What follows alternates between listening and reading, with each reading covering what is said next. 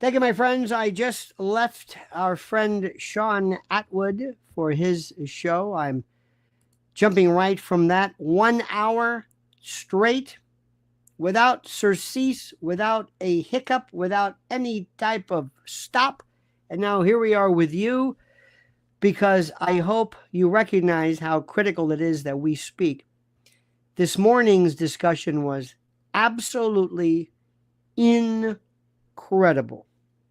I want to say this, and I do not want you to think this is I being gratuitous or sycophantic, but I will say this to you. You are the most important voice now that is being forgotten. There are people who are making a lot of noise, people from all different walks of life, different from all different various political platforms and the like, who are coming out of nowhere, speaking on behalf of the country. But do they really know what's going on right now? Do they really know what is happening? Do they really have a grasp as to how critical this message is that we are dealing with right now? I cannot possibly tell you how critical this is. In no particular order, what you are seeing right now that is happening to the GOP and to MAGA is like nothing I've ever seen. You are seeing a division. You are seeing lines of a division among the people. When Charlie Kirk and others, and I'm just going to say, listen, we can kind of laugh all we want. These people, they have a tremendously important and a tremendously critical fan base. So when they say something, when they themselves are involved in a change of mind and a change of heart, it means something. When you have Alex Jones to be sure, but when you have other people involved in this incredible change, and Tucker Carlson, who, let me tell you something, Tucker Carlson is going to end up being the most important person in the immediate future. Put your money on him politically. Put your money on him politically. And the reason why is very simple. Where he came from, he is a son of Washington. His father was kind of a spook wannabe, sort of, maybe. I don't really know if it's hard to say what old Dick Carlson was, but he was a guy who was raised in the world of DC. He was number one at Fox. He had everything you could ask for. Respectability. The weird kind of, the guy with the bow tie was the baddest ass there was. And I would not be at all surprised, and listen to me carefully, I would not be surprised in the least if somewhere along the line, somebody like a Sean Hannity said, I don't like this guy. If there's any way we can get rid of him, it would make me a lot happier, because Tucker was breathing down his throat. And if you think that's far-fetched, if you think that's crazy, you don't know how this thing works. You don't know how this thing works. Sal Angela says, do you believe Tucker will run for president? Could. Absolutely. Now, if he's smart, he'll realize you can do far more being outside than inside. If you really want to move the world, never become president. No way. Never become president. That's a waste of time. We're seeing something that is incredible. Let me give you an idea. And there's a lot I want to tell you. If you would have told me years ago that I would have agreed with Greta Van Susteren, Greta Thunberg, I would have said, you're out of your mind. She makes implicit sense what she said regarding Gaza. Javier Bardem was on The View. They cut him off. The View, ABC, leftist. They're 100% in bed with this type of ideology. Do you think leftists are pro-Israel? What? Now, let me say something. And I'm going to say this one time. So listen carefully. This is not about religion. This is not about faith. This is not about, you can say whether it's Zionism. I'll let you decide that. This is about the United States, you and me talking about a country and asking a very simple question. Do we find, are we being led around by a country the same way I felt about NATO and Europe and why we're all of a sudden kissing Zelensky's ass? But a lot of people said, wait a minute, Piers Morgan, who's a dimwit. Piers Morgan makes Geraldo Rivera look like Ed Whitten. Piers Morgan finally came along and says, you're starving these people. And of course, he'd been told this a million times, and all of a sudden he figures out what's going on. Bobby Dowd says, watch Carlson and Cruz. Seems to me elected officials are greasier than I first imagined. Dreadful. Where are we headed, Lionel? Literally. Not in a good place. Fishman says, how dare you? Yes, how dare you? Please watch Tucker Carlson in one of the biggest setups ever. He lured him in. And Ted Cruz, what do they call him? Tel Aviv Ted or something like that. I don't know. Who is so, I don't know how much he has received, and we have to talk about this. When people receive huge gobs of money from any lobbyist, remember John Dingell? Remember John Dingell out of Michigan? That was Detroit, the car industry. That's who owned him. Makes sense. If you're in the old days in Houston, if you're from Florida, citrus, cattle, sugar, because don't forget Miami and Cuba. This goes without saying. People think all of a sudden if you bring up the fact that there was a very powerful Israeli lobby, that somehow you're anti-Semitic. Stop that. Stop saying this. But let me ask you a question. Listen to this question. This is the first thing you must know. If there was not a powerful, well-financed, very, very, to say powerful and rich is beyond. But if there was not an Israeli lobby, whether it's AIPAC or others, do you think you would see the same number of people who have pledged fealty to Israel that we see today? Do you think would, if there were no such thing as this, would you see Lindsey Graham, Blumenthal? Would you have seen a McCain? Let me go a step further. Not just Israel. If there was not a military-industrial complex with military lobbyists, would you see the same amount of people clamoring for war? Absolutely not. No way. It's not in anybody's natural. There's nothing. Now you might. You might, on a rare occasion, see some weird kind of geopolitical basis or bases to risk the wherewithal and the of this country for, but absolutely not. Do you think Rick Perry, when Rick Perry was the governor of Texas, do you think he would have been as crazy regarding Gardasil and the HPV vaccines if he wasn't paid by the vaccine lobby, by Big Pharma? Do you think we would have had a pan or plandemic, whatever you want to call it, without Big Pharma?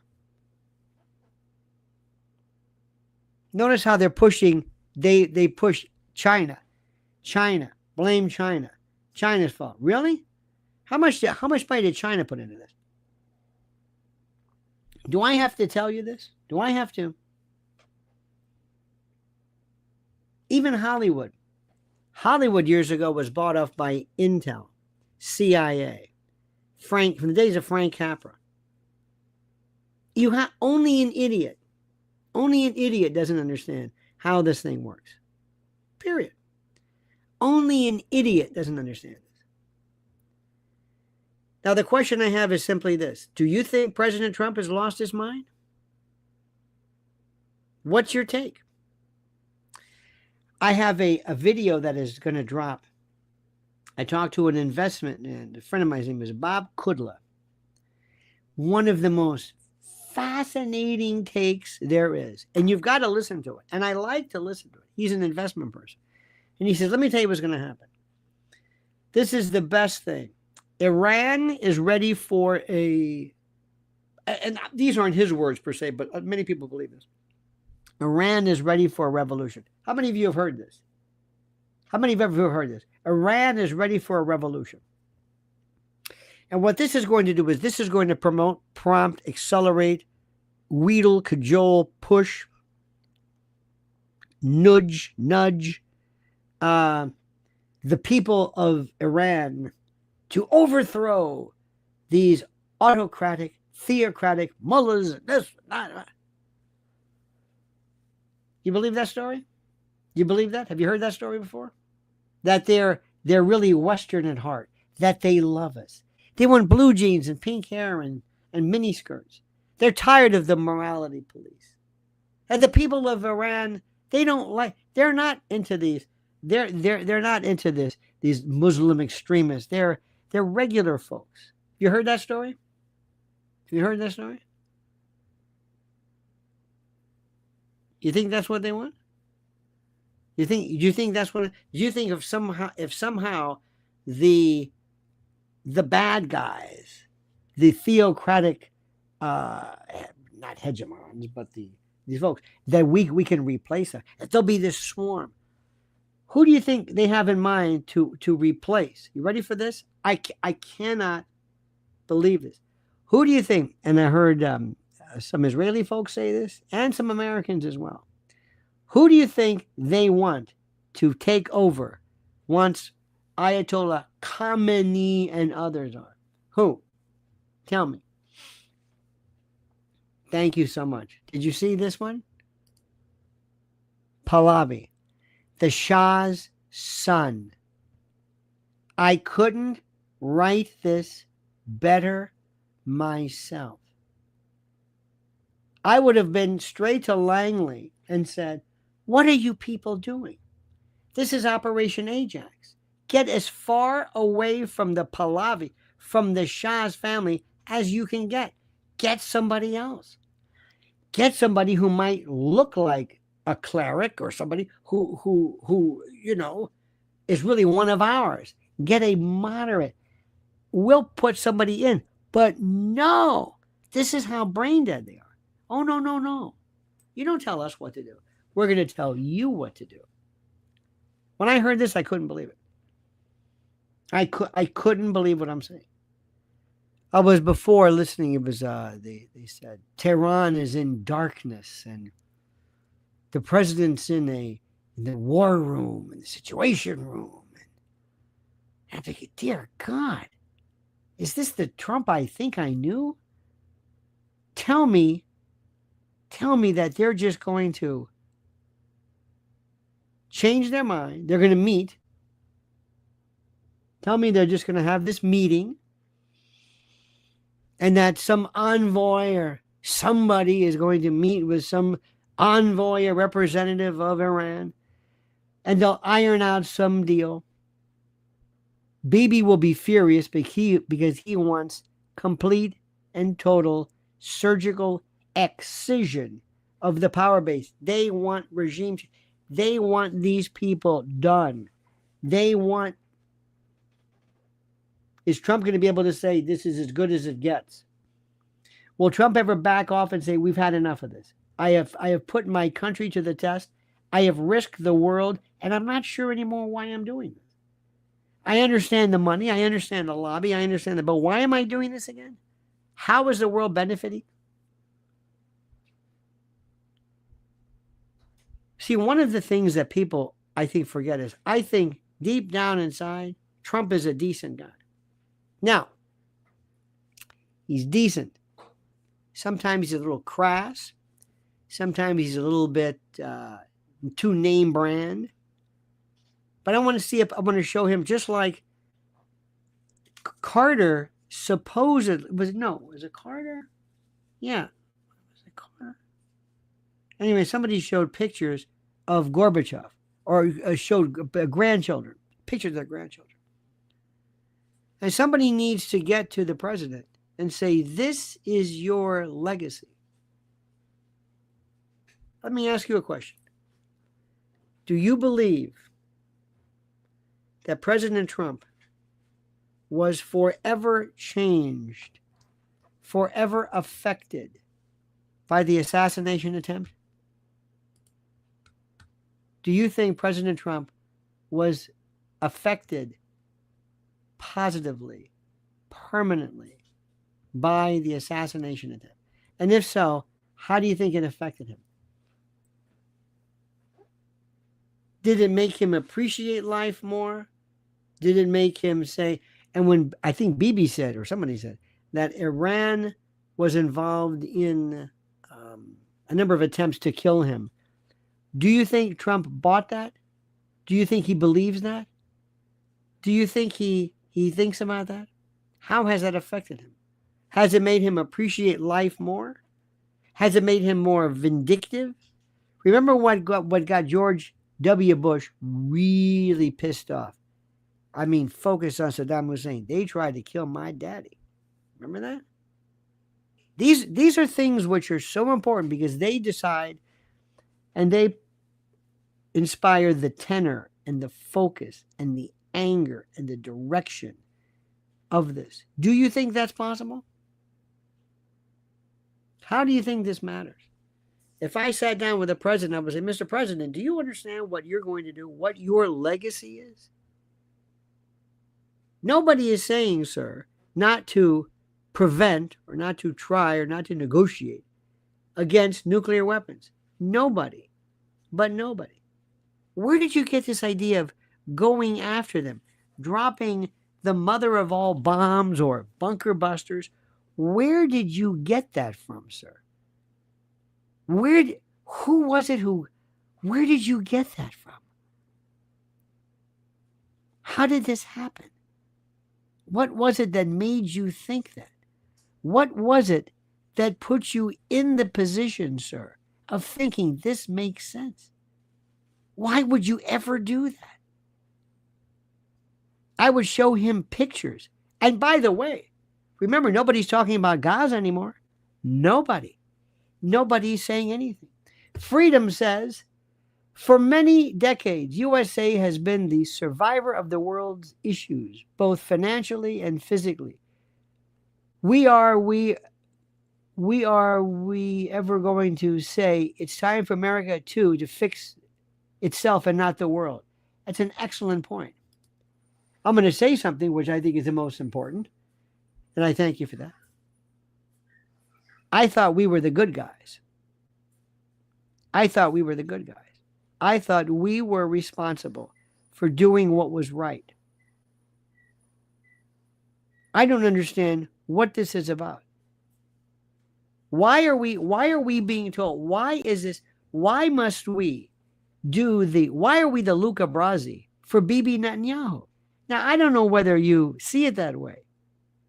And let me tell you something. They're going to be saying things like this, especially people who are basically not paid off, but people who are financially incentivized to say this.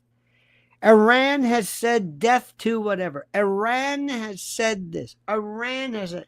You know what we've said? Are you telling me that you want to basically have a regime change, whatever that word means? Because remember, whenever you replace a regime, there's a vacuum. And the vacuum that is there is critical. The vacuum is what's really dangerous. But you want to do this because they said something? Because they said this? I know they said terrible things. Do you know what you hear all the time? Listen to what Lindsey Graham says. How is it that we can assassinate the leader of a country? This is their clear. What if somebody went after our Pope? Our Pope, Catholics Pope, whatever. Christians are. What if somebody targeted Billy Graham? I'm trying to think of the analogy. What would you think? How long are people going to put up with this? How long are they going to say, well, that's the way it goes? Well, that's the way it goes. They tried to kill Putin recently. You think he likes that? Is he supposed to? He and Trump are. And by the way, what happened with Russia? Whatever happened with that one? How is there a reconfiguration of world powers now? Turkey, Russia, the Middle East, BRICS is going to be stronger than you could imagine. Who is behind it? When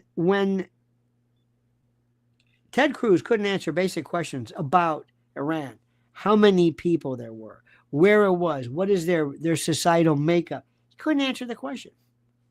It wasn't of any interest in him. This is a very smart guy. Ted Cruz is probably one of the smartest people. This guy is it. And Tucker just destroyed him, made him look like a fool. Why are we doing this? Do you know what it's like to be in 10 million people? And Tehran's huge. What if they told New York that? How is it that we look at these people and say, well, that's the way it goes? Think of the terrorists. Think of the anger that we're inspiring. Why are we doing this?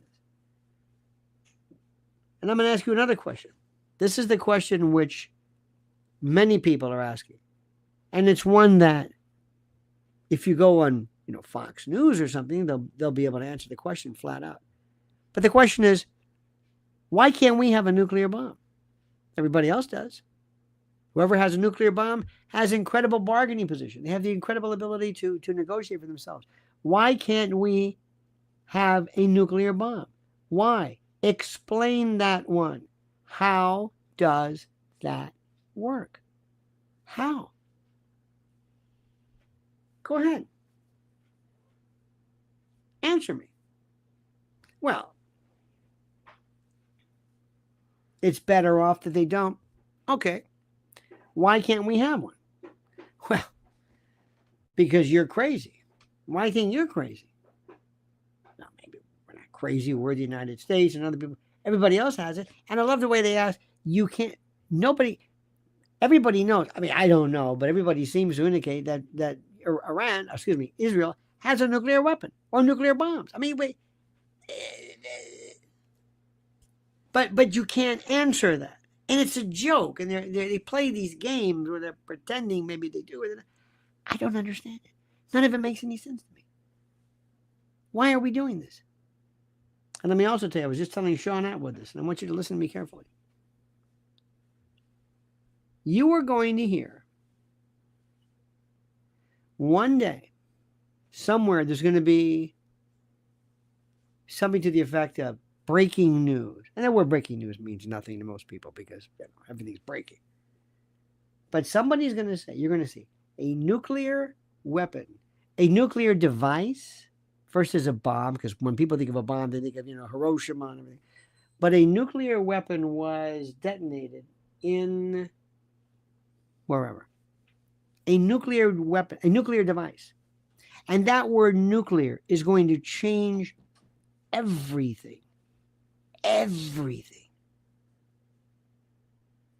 For 80 years, never had one go off. Never. And the last time we did it twice. 80 years. And you're not going to be able to figure out who's who.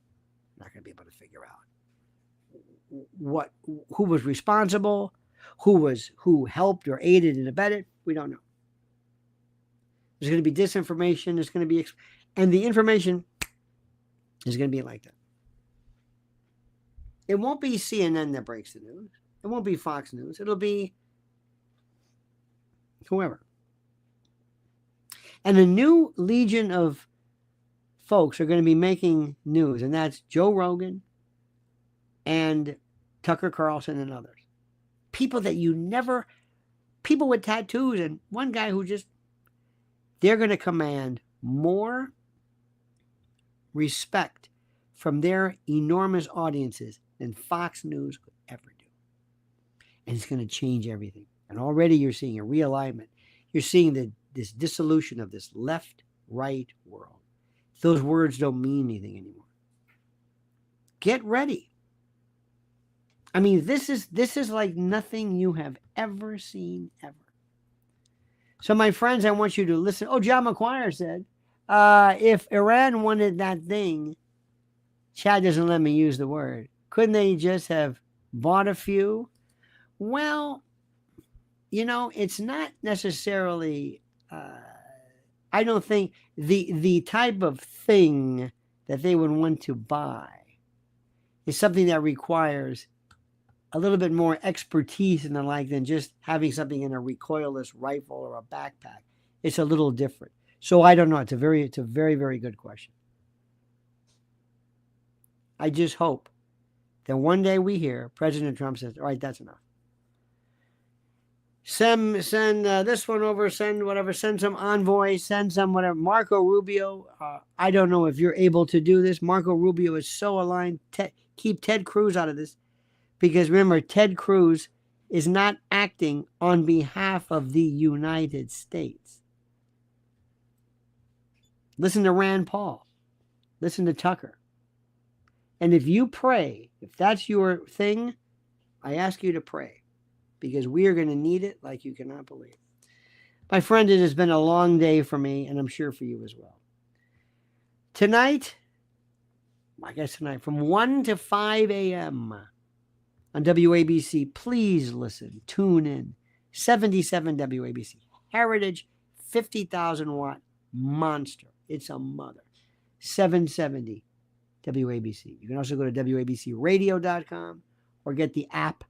I think some other apps you might be able to carry it as well. But please do that. It's called The Other Side of Midnight with Lionel. That's the name. Also listen to Mrs. L at Lynn's Warriors. Great story, great piece posted with Nancy Grace. She's the star. You got to watch this. And follow her at Lynn's Warriors. Also, don't forget our other side, the Lionel Legal, our other version of this. And make sure you are subscribed here to Lionel Nation. Sometimes people are unsubscribed. I don't know why. It's the damnedest thing. So John McGuire couldn't get higher. Freedom Fishman, Bobby Dowd, Sal Angelo, thank you so much for your kindness and your consideration and your generosity. We will see you again mañana, ladies and gentlemen. I got more stuff dropping later, so make sure you're subscribed here. And until then, as I always say, it's been an exhausting day, a very frightening day. Very frightening because the potential is like you've never seen. In any event, my friends, as we always say, the monkey's dead, the show's over, sue ya. Dead.